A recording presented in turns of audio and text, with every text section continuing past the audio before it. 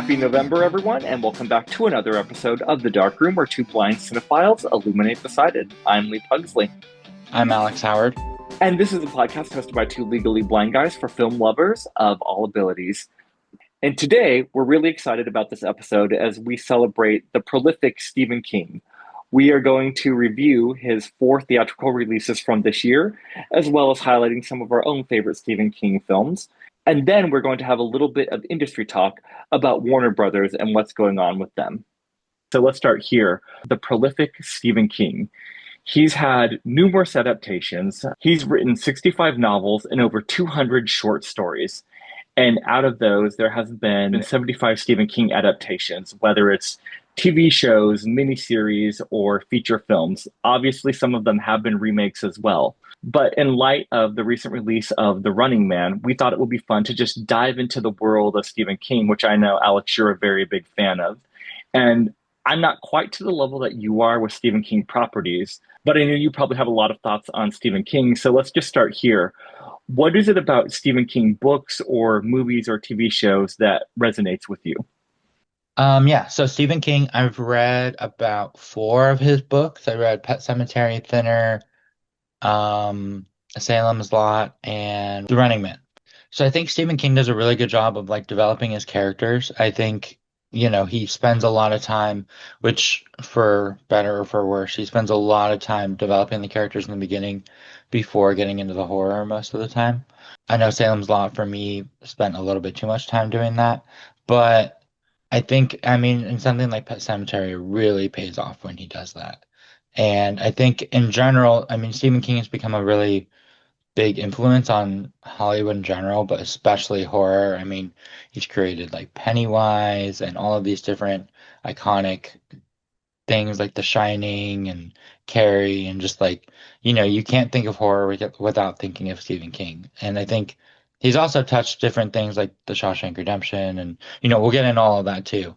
But he's just had a huge impact, and he's been putting out 1 to 2 books a year since 1974. So, there's like an endless amount of material you can take from.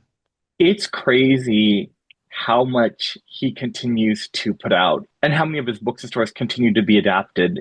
I mean, he has to be the most adapted writer, I would assume. I can't think of anyone that's more prolific than him. Yeah, and he can even put his name on something, and it sells more tickets in that way.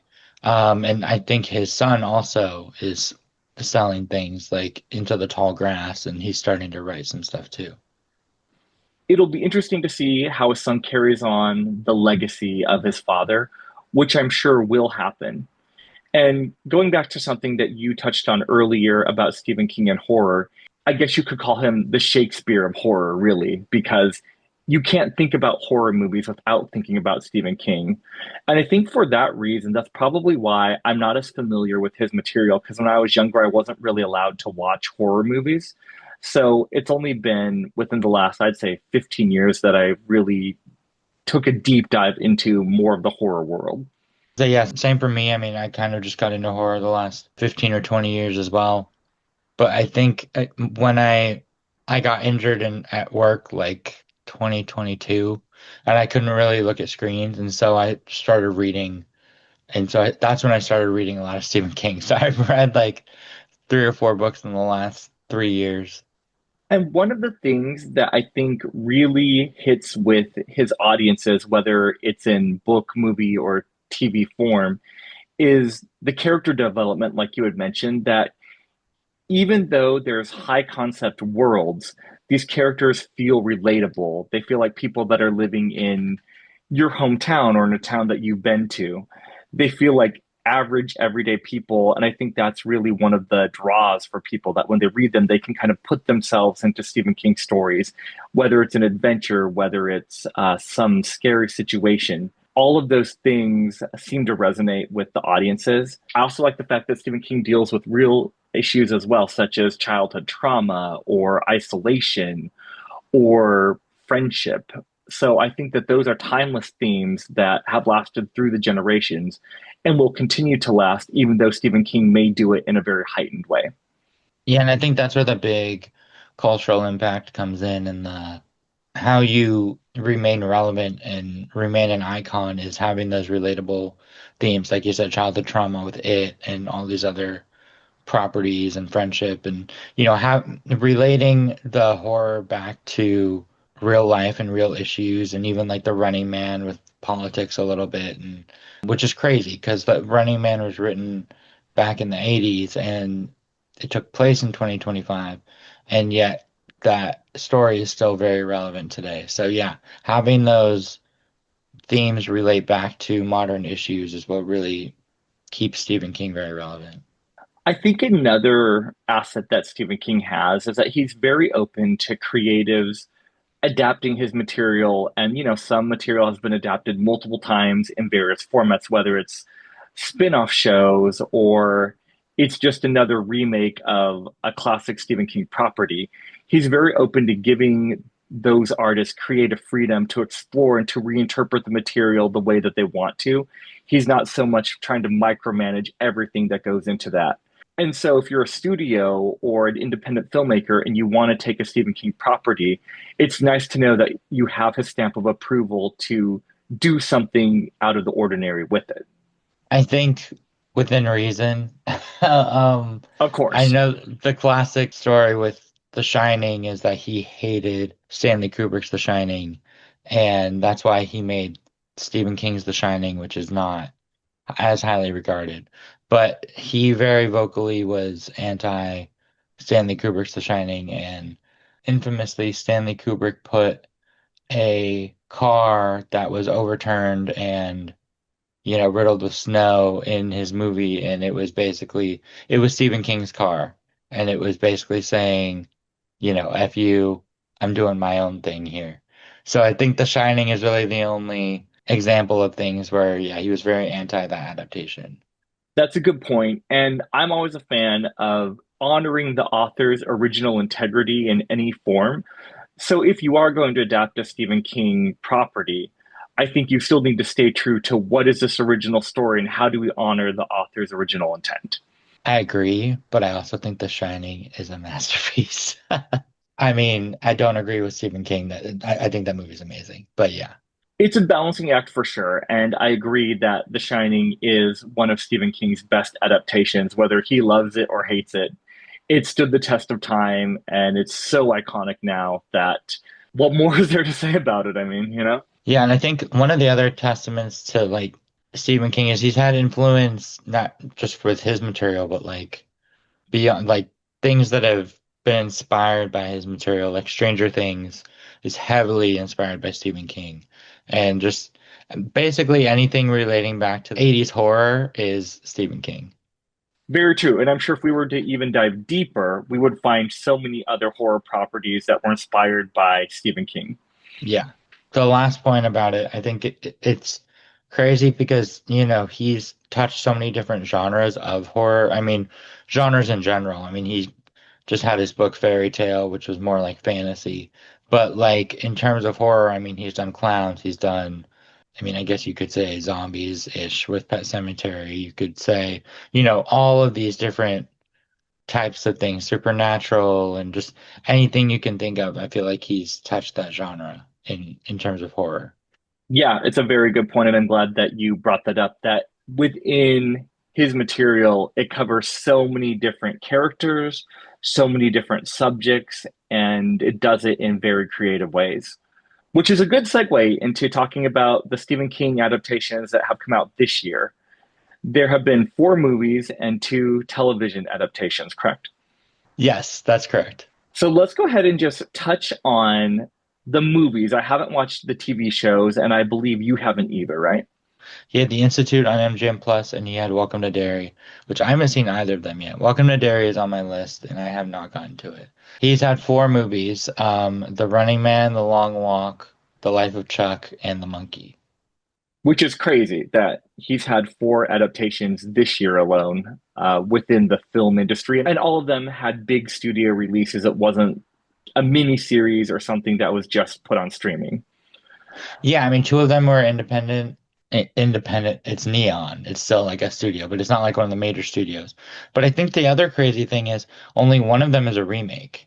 Like two of them. Well, actually, three of them had never been adapted before. That's a good point. There's still so many stories from Stephen King that haven't yet been adapted that there's a never ending arsenal of material to draw upon. So let's go ahead and give our thoughts on the movies from this year, starting with the most recent, The Running Man. What did you think of that movie? I was a little disappointed by it, to be honest. I think it's the weakest of the four that have come out this year, which is crazy because I mean, this was on my most anticipated of the year.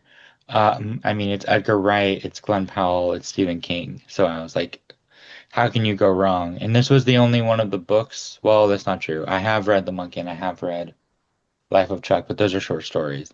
But this is like the only long form book that I read. I think I actually have a half hour left in the audiobook. I didn't want to read the end because I didn't want to spoil the ending, but I felt like the end of the movie was actually the weakest part of the movie. I felt like there were like three endings. It just it didn't really feel cohesive to me, a lot of the movie. They had its moments for sure. I mean, Glenn Powell definitely was the highlight. He continues to prove himself as like a leading man. He's going to be huge. But I just in terms of an Edgar Wright Stephen King adaptation, it didn't really live up to the bar for me. I share a lot of your same thoughts. I think my biggest issue with The Running Man was how convoluted it got. The first half of the movie worked better than the second half. But in the second half, they started introducing new plot points with very little development. And I feel like the way that they resolved those things was very rushed. I also felt like tonally, there are so many different shifts as to is this a drama? Is this a comedy? Is this an action movie? And trying to be all of those things, but never fully hitting the mark and committing to one of those. So it just got a little bit messy. I do agree with you that Glenn Powell was the highlight of the movie. I think that he has proven himself as an actor and he works really well for the role that he played in this film. I just wanted more and found it very disappointing with the end product that we got. Yeah, no, I was so stoked for this because I love Baby Driver is one of my favorite movies of the last like 10 years. And so I'm always hoping Edgar Wright will bring that back. And there was a shot in the trailer where it was like it looked like a long take of Glenn Powell running through the hall. And I was like, "Oh, is this gonna be like the action we're gonna get in this movie?" And it was like that one scene was like that one shot, and other than that, it didn't have that feel through the whole movie. I felt the same way when I watched the trailer, and I was excited for it. Probably not as excited as you, but still looking forward to the movie. Well, let's go ahead and move on to the next Stephen King adaptation, The Long Walk. And I'll go ahead and start with my thoughts on this movie. I love this movie. I think it will be my top 10 of the year. It's definitely not an uplifting movie. You're not going to walk away feeling joyful about life. But what really sold me on this movie is the character development. I think that this cast of young and upcoming actors did a very good job of making you care about each of them, making you feel like you get to know a part of their lives. And really, the camaraderie and brotherhood that they were able to form along the way was the most compelling thing about this film. And that's really what you had to work with because you're literally watching them walk the entire time. But I found it really compelling and moving in parts as well. Yeah, I did like this movie. I don't think I loved it as much as you did. The whole premise of this movie is shooting the kids that stop walking. But I do think you're right. I think the camaraderie between the kids was the best part of the movie. I did read half of this book, and I'm not gonna lie, like the only reason I stopped, it was a great book, but like the only reason I stopped is there in the book there are so many characters that I kept getting them mixed up because there's like 100. I don't know how many were walking in the movie, but in the book I think there were about twice as many. I did really like the way the movie ended. I thought they did a great job of because you think, oh, it's just kids walking, that's gonna get boring, and the movie did a really great job of keeping your attention. I felt like the screenplay was pretty strong for this movie. And then to go back to something you had mentioned, in the movie, there's 50 kids, one from each state. But I had heard that in the book, there's double that, which I'm glad they made that change because if you had 100 kids at the very beginning of the movie, that would feel overwhelming. And there's obviously no way you're going to get to know all of them. 50 is a lot on its own. And we knew that we weren't going to get to know all of those kids as well. There was only a handful of those kids that were really going to be highlighted in the film. Yeah, and I think that was a great choice as well. Well, if you don't have any other thoughts on The Long Walk, let's go ahead and talk about Life of Chuck, and I'll throw the ball to you on this one, on your thoughts. This one is one of my favorite movies of the year. I think this one will be in my top 10.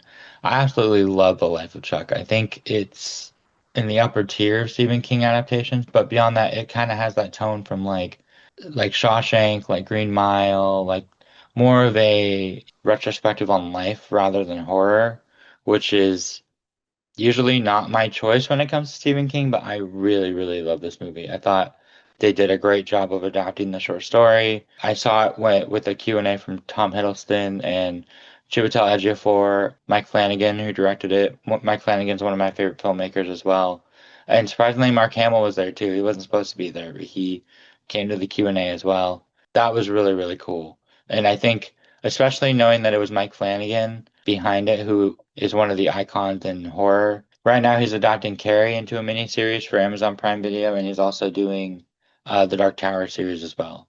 I mean, knowing Mike Flanagan was behind it and it won the audience award at TIFF, I went in with pretty high expectations. I mean, this was also in my most anticipated of the year, and I thought it was so good. I mean, I really think Mark Hamill deserves to be considered for an Oscar nomination. He's not going to get it. It was too small. It came out in June.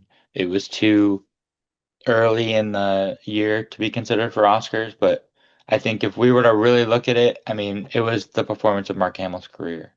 I share a lot of your same thoughts on this one as well. I loved Life of Chuck. And if we're talking about movies that do feel more uplifting than something like The Long Walk, this is definitely the winner for the Stephen King movies this year. I found it very poignant, thought provoking, and I think it has a lot to say about time and just moments in life and how we spend them and what we choose to do with them. I also really liked the structure of the storytelling. For those that haven't seen it, I don't want to say anything beyond that because you should watch it. I know it's one of those movies that kind of went under the radar a little bit, sadly. So now that it's available on streaming, definitely check it out, but I'll refrain from any more spoilers or things that could give it away. I think that if you just go into it not knowing anything about it, I think that's the best way to experience it. I completely agree. Yeah. And I think even if you're not into horror, it's not a horror movie. Yeah, I would just say it's very heartwarming and poignant in a lot of different ways that will surprise you. Yeah, so definitely recommend. I do want to tell one quick story. Mike Flanagan at the Q&A, he told a really funny story. There's a scene where things appear in the window. I don't want to go into a lot of detail, but things appear in all of these windows around this neighborhood at night. And so Mike Flanagan said, since it was an independent movie, they couldn't afford special effects for that. So they went out and they bought tons of flat screen TVs and put them in the windows of these houses and lit them all up to have this image on them. And then after they were done, they returned the TVs, but they broke two of them in the process of shooting. So they obviously couldn't return those. But even that was cheaper than doing the special effects. Paying for two TVs was way cheaper. Yeah, that's a nice little story, and I'm glad that you got to experience the Q&A with that movie. Yeah, it was awesome. So then the next one, The Monkey, I feel like this is the polar opposite of The Life of Chuck. This is the horror comedy, over the top gore. And it's weird because this is Osgood Perkins who did Longlegs and Keeper, which those are two more serious horror movies, but this is very much horror comedy. What did you think of The Monkey, Lee? This is such an interesting movie because I was entertained by this movie. However, tonally, I found it all over the place. I wasn't sure if this was a full on comedy, if this was a dark comedy, if this was trying to be fully horror, or I guess you could call it a horror comedy. But there were just so many tonal shifts all around that I didn't know what to make of this movie. I think that Theo James playing two characters did a fantastic job, and I think some of the kills are very over the top and wildly entertaining as well. Kind of gave me a little bit of Final Destination vibes, even though it's definitely not Final Destination. Definitely has those vibes. The swimming pool kill was crazy. Yes, it was. I just recently watched this movie too, so it's very fresh in my memory as well. Yeah, yeah, it's funny because yeah, I watched it back in February. So when you were saying he played two roles, I was like, wait, he did? But no, th this one was a lot of fun. It wasn't, it's not gonna be in my favorites of the year. It's definitely like, just kind of a fun, like almost party movie to put on, kind of turn your brain off, which is strange because I think it is from Neon still, which Neon usually does more like cerebral movies, but it's definitely like that tone. So yeah, if you're in the mood for a fun just turn your brain off gory horror movie. The Monkey is definitely for you. And I really like that it really expanded on the material as well, because this was one of the short stories that I have read before. And they really went all in on it. Like the short story is not as gory as this movie is, but they really just went for it. I haven't read the short story, but after watching the movie, it made me curious, so I'll definitely check that out. Oh, it's not very long at all. I think it's maybe 20 pages or something. It's not long.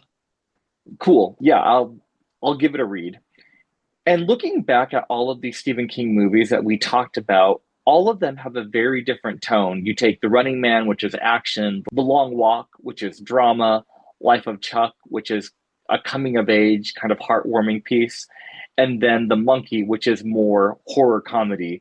And it just goes to show you, even from this year, what a diverse range of material Stephen King has to offer. Oh, definitely, yeah. And it's yeah, very, very different in tone. And yeah, it all kind of goes back to the same person, which is crazy. Now, moving beyond this year, what are some of your other favorite Stephen King movies? And I'm sure that for this one, it's going to be interesting because we're going to have very different takes on our favorite films from Stephen King. Yeah, so I think some of I mean, The Shining is probably my all-time favorite Stephen King adaptation. I mean, I have The Shining artwork behind me in my office and on my door, and I have a blanket of The Shining. Yeah, I'm a big The Shining fan. The Shawshank Redemption is definitely up there. I mean, that's the top rated movie on IMDb. It's there for a reason. It's amazing. Misery is up there for me too, which I'm sure is one of your favorites as well. That's an acting tour de force right there from Kathy Bates. It's classic. I'd say Christine is probably one of my favorite, more underrated Stephen King adaptations about the killer car. It from what year was that? 2017 was really great. The first It was awesome. And then I'd say The Mist also. I mean, The Mist has one of my favorite movie endings ever, which I'm not going to ruin because I know Lee hasn't seen it. But even Stephen King came out and said like this ending was better than his book ending. And he's like, how did I not think of this? So yeah, I love The Mist for that reason. What are some of your favorites, Lee? We do have a little bit of crossover in our list. I would say that my favorite Stephen King adaptation is The Shawshank Redemption. I just find it very poignant and the bond of friendship so strong and compelling and moving. So that wins the prize. But beyond that, I really do like Misery, as you had mentioned. It does feel very much like a play in a lot of ways because it's confined to one location, but it really has those tour de force performances that are so gripping and you just can't look away. And then beyond that, I really like The Green Mile. It's one of those underrated movies that a lot of people don't talk about nearly as much as they should. Not necessarily the most uplifting watch. It gets really dark there. But there are some nice moments of friendship that exist in there, and just even the struggles of living in a dark place and still keeping hope within that environment. And then Stand By Me, I think, is a really nice coming of age story about friendship and even what happens after childhood friendships come to an end and people go their separate directions. It's really fun. It's a great adventure film. And so those would probably be my favorites. And I do like The Shining as well. I do think The Shining is iconic visually for so many different reasons. I think Jack Nicholson's performance is one of the greats, and it's very memorable. There's still imagery from that movie, as I'm sure other people could attest to, that really stays with you since you first watch it. I think another one of mine, I can't believe I forgot this. This is my favorite Stephen King book, one of my favorite books of all time, Pet Sematary. The movie version of that, I actually just rewatched it last week with audio description because I have the 4K of that Paramount put out of the original Pet Cemetery has AD. I think it also has AD on Paramount Plus. It's so good. And it's the screenplay is co-written by Stephen King as well. And so very, very true to the book. Since it's one of my favorite books, it's fun watching the movie because it's basically like a 90-minute version of the book. So I don't have to reread the book and spend 10 hours reading that. I can just watch the movie. But the movie really like captures I mean, the book is devastating. And the movie really does a great job of capturing that, but then also really leaning into the camp at the end. It really, really leans into it. Like in the last, I'd even say 30 seconds of the movie. So yeah, Pet Cemetery is an outstanding movie as well. That's probably my top five Stephen King movies. I need to check that one out. I've never seen any adaptation of Pet Cemetery, and it's been on my list for quite a while now. I think one of the other things we need to talk about when it comes to Stephen King is he's been doing this for so long that a lot of his older movies do not have audio description. I made a list last night of the Stephen King adaptations that don't have AD. The Green Mile, Christine, The Dead Zone, The Mist, Misery, Thinner, Children of the Corn, the original Carrie. They all don't have audio description. And The Shining does have AD, but it's only on Prime Video. But these are classic movies that I'm very surprised do not have AD. And I think that needs to change eventually. I would agree. And when we talk about accessibility as is the reason why we started this podcast, especially with Stephen King movies, audio description is essential because so many times the color palettes can be dark. There's so many visual horror elements that are involved with them that to fully take it in, if you have limited vision or no vision, you really need that extra level of accessibility to appreciate the fullness of the stories that are being told on screen. Yeah, for sure. And especially, I mean, some of the ones I just named are the pinnacle of Stephen King. I mean, Misery and The Green Mile, both of us had those on our lists. And Thinner is another good one that I read the book and then watched the movie. The Dead Zone is really, really good with Christopher Walken. That's an underrated one. So yeah, I mean, I think beyond this, I mean, there are so many Stephen King movies. This is just the tip of the iceberg. But I mean, I would say most of them probably pre 2005 most likely don't have AD. I think that's a very likely scenario. So hopefully we can do what we can to try to advocate for getting audio description on those films and other ones like that that can benefit to give the blind and low vision communities a full experience. Not to beat the point down, but I think especially when it comes to Misery, I mean that's a movie with two actors pretty much the whole movie. And there's a lot that happens when Kathy Bates leaves the cabin and he's trying to escape and there's no dialogue. I think that one especially needs an AD track because you need to know what he's trying to do to escape. Yeah, good point. Well, this has been really fun talking about Stephen King. Before we move on to our next topic for this episode, do you have any final thoughts on Stephen King? I mean, obviously I love Stephen King adaptations. I mean, anything that has his name on it, I'll go check out. I'm super excited for, like I said, I think the Carrie miniseries coming out next year. The Dark Tower, I'm super stoked for because that movie was awful. So I'm super stoked for Mike Flanagan's adaptation. There's like five books in that series or something. I would love to not read those because it's so much. So I'm banking on Mike Flanagan doing a great job adapting those so I can know that story. But yeah, I mean, I just love all of these adaptations. And honestly, like, I'm super excited for Stranger Things. And I'm sure that's going to take more from Stephen King for the last season coming up as well. The nice thing about Stephen King, too, is he's not going anywhere anytime soon. So we're going to continue getting these adaptations in their various forms. So that's reassuring, right? Oh, definitely. Yeah. He and his son, I think, I don't know how he has so many ideas because you would think, like, even some of the short stories, I was thinking, if I had ideas for things, I wouldn't want to do a short story. I'd be like, okay, how can I make this into a book? Because I only have so many ideas. But he'll pop out a book of short stories with 20 stories in there. And I'm like, some of these have potential for a full book. But he's like, no, I have other things. Yeah, he truly is a genius in his own right. Well, let's go ahead and move into our next topic. When we did our 50th episode, one of the things we mentioned we wanted to implement was a section on Hollywood news and just commenting on things going on in the entertainment industry at large. And there's a topic that's been front and center for the last little while that we thought was worth discussing. And Alex, I'll pass it to you to introduce this topic. Yeah, so the big news in the entertainment industry right now seems to be the impending sale of Warner Brothers to someone. And it's kind of crazy because, I mean, it's been developing, and now they've said that there will be a buyer by Christmas.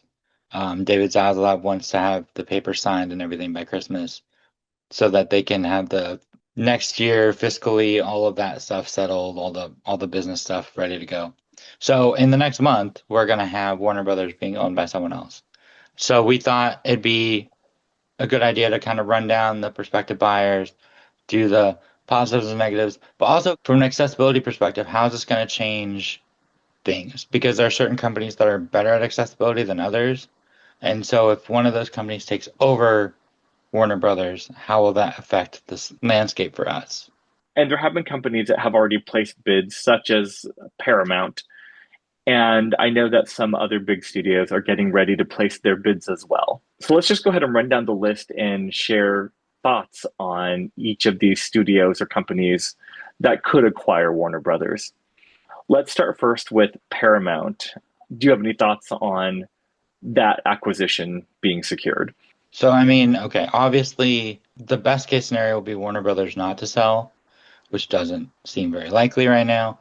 But for it to remain its own entity, I think would be the best because that would mean, with more studios, we get more product and more movies and more variety of movies. And so if Paramount were to buy Warner Brothers or Universal were to buy Warner Brothers, it would be one less major studio to compete with, which means less movies. So not a huge fan of either of them, but I do think having one of them buy, especially Paramount, gives it a commitment to theatrical. So that would be great. And I think as much as David Ellison just seems like he's buying up all the studios, right? David Ellison, for background, he is the head of Skydance and he bought Paramount. Skydance bought Paramount just like this year. And now he's looking to buy Warner Brothers.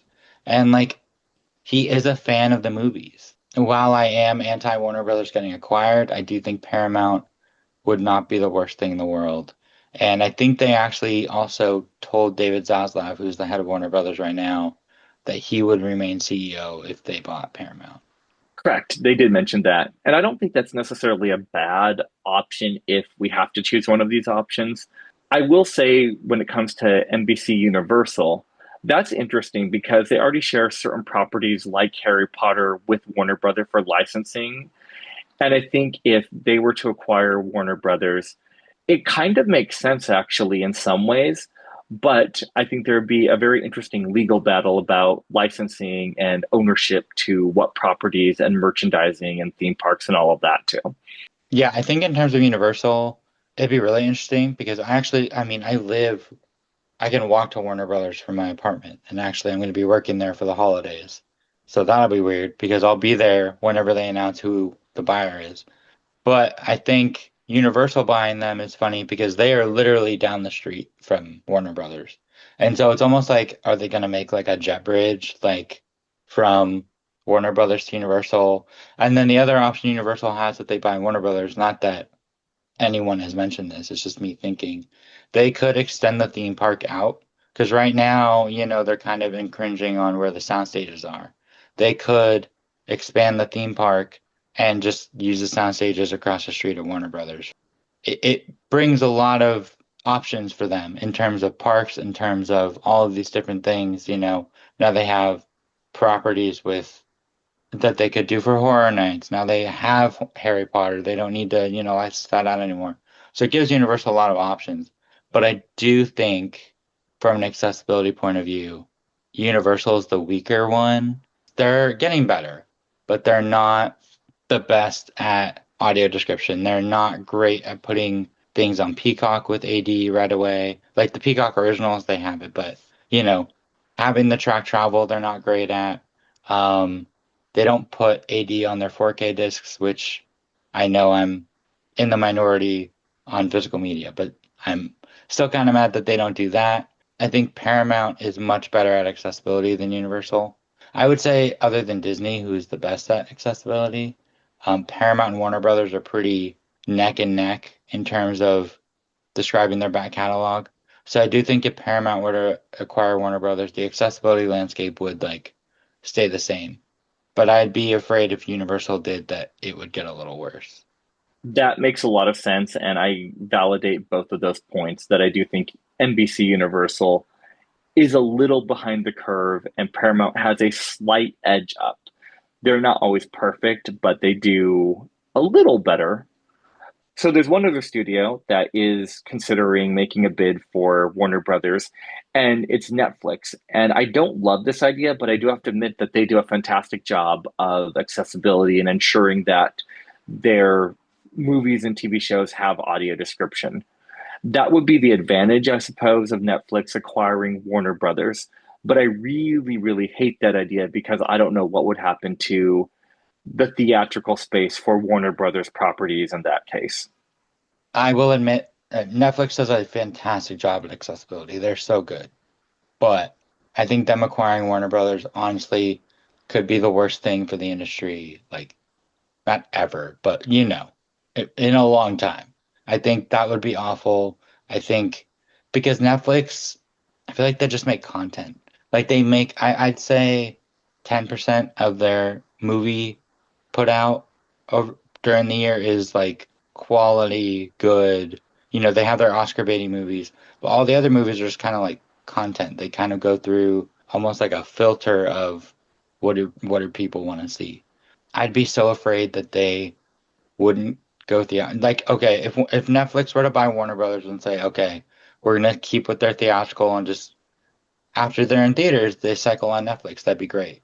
But I would hate to have, you know, Supergirl straight to streaming or Weapon straight to streaming. Like Warner Brothers, it's a theatrical company. I would be so disappointed if Netflix bought Warner Brothers.